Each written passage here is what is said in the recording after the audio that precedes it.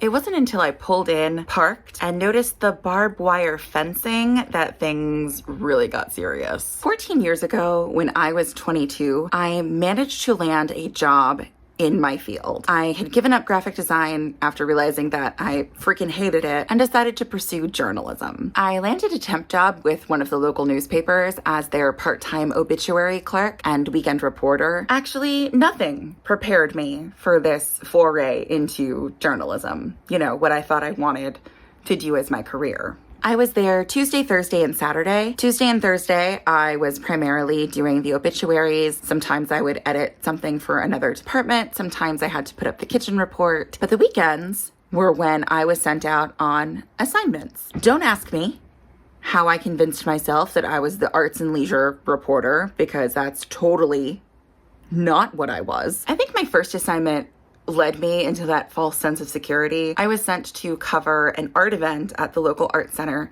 They were hosting a yarn bombing, otherwise known as grandma graffiti or granny graffiti. My job was literally to go over and check it out.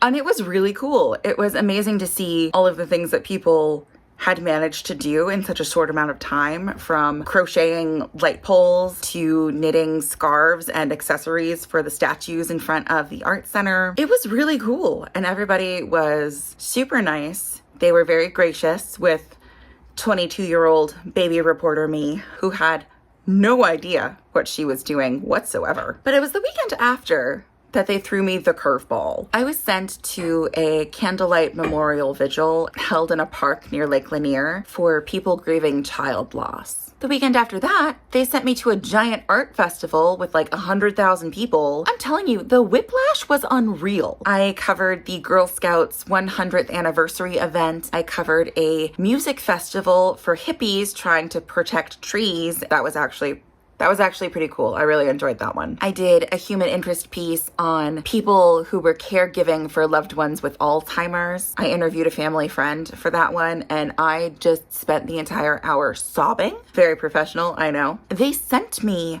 to an actual, for real, rich people gala. Like, I'm talking art auctions, valet parking you didn't have to pay for, people carrying around trays of hors d'oeuvres, which were delicious, by the way. I did avail myself of the snacks. I felt incredibly underdressed, even though I was in a nice pair of slacks and a sweater. And I felt like I had no business being there. That was the first Christmas event I covered that season. They also sent me to a couple of churches to cover their celebrations and their choir events. And then they sent me to prison. Look, I was already winging it, and then you're telling me that I have to go to the prison to interview an a cappella band. Saying that was surreal is the understatement of the flippin' century. By the time I pulled in and parked, my camera guy was already inside the building, so I had to go it alone. I have never been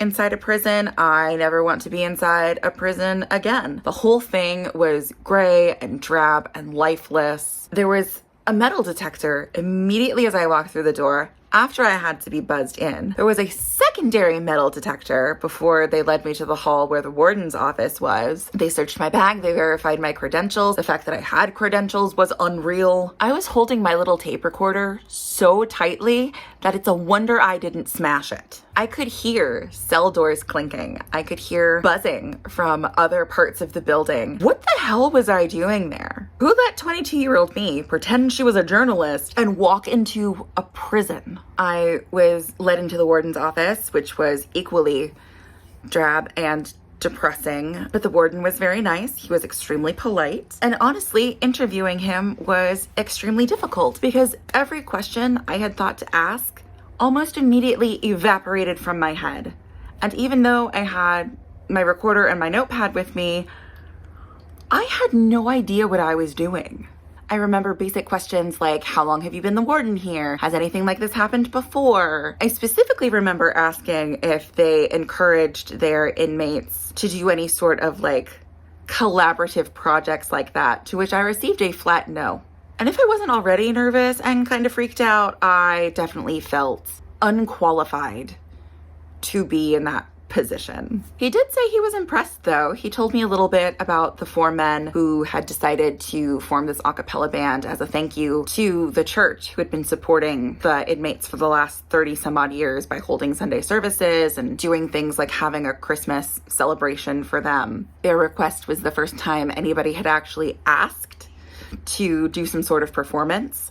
Silly me wanted to know if they had like a time block in their day to practice, to which the warden again flatly told me no, and that they practiced during chow time. The men had really wanted to do something to say thank you and give back to the people who had been so generous to them. You know, that's some holiday spirit stuff I can get behind. While I was in the office, I felt mostly okay if I ignored the creeping sensation that I absolutely needed a grown-up to be there with me. But then it was showtime, and the warden led me out of his office into this, I guess, multi-purpose room. The event opened with the pastor from the church reading some scripture. There was some singing. There was a benediction. Look, I'm a lapsed Catholic. I don't know any of these church things. There were a couple of other performances, and then it was time for the a cappella group. And you know what? Those guys were actually really good. I imagine that singing a cappella is real hard. Like, I can't sing along with music. I can't imagine doing it without music and still sounding good. They did 2 or 3 songs. It might have been 4 songs. And then I realized that my next interview was them. They were all very polite. One of them told me about how they came up with the idea, how they were practicing, what they wanted to do in order to give back to the community. We didn't really have more than a couple of minutes to chat, largely due to the mandatory distance between us and my 2 bodyguards. It was shortly after their performance that my cameraman split, so I was once again all alone, standing in a prison while trying to pretend that I was a real big girl journalist. After that, I interviewed some of the volunteers. I interviewed one of the people who were in charge of setting out all of the sandwiches, chips, and sodas that were provided for the inmates. I know I spoke to a couple more people, but I honestly don't remember leaving the prison, and I definitely don't remember getting back to my desk. And sitting there listening to my recording and typing up my notes was so freaking weird. It's one of the single most surreal experiences I've ever had. And while throughout the year I worked there, I definitely had some odd assignments, this one takes the Little Debbie's Christmas tree cake. When I was digging through the internet to try to find this article, which I did find, and I'll link it down below if you're interested, I realized that I had also covered a state prison equine center's horse auction. I didn't know that state prisons had equine centers. News to me, even though I'm the one who went there and reported on it. Like I said, really weird collection of assignments. Again, don't know how I convinced myself I was arts and leisure, but I definitely was not. But in the spirit of the season, I wanted to share with you that one time I interviewed a prison a cappella group for the holidays. I hope you enjoyed. If you did, please give this video a thumbs up. If you want more weird adventures, subscribe. Stick around. We have fun here, or at least I have fun here. We will return to our regularly scheduled Artist's Way programming next week. I am currently on week 6 as I am filming this, and I've really got a lot to say about the way this book is written and how some of the tasks don't really make sense. I got a lot to say about it, so stick around for that video. That one should be coming up soon. But until then, I will see you guys in the next one. Bye.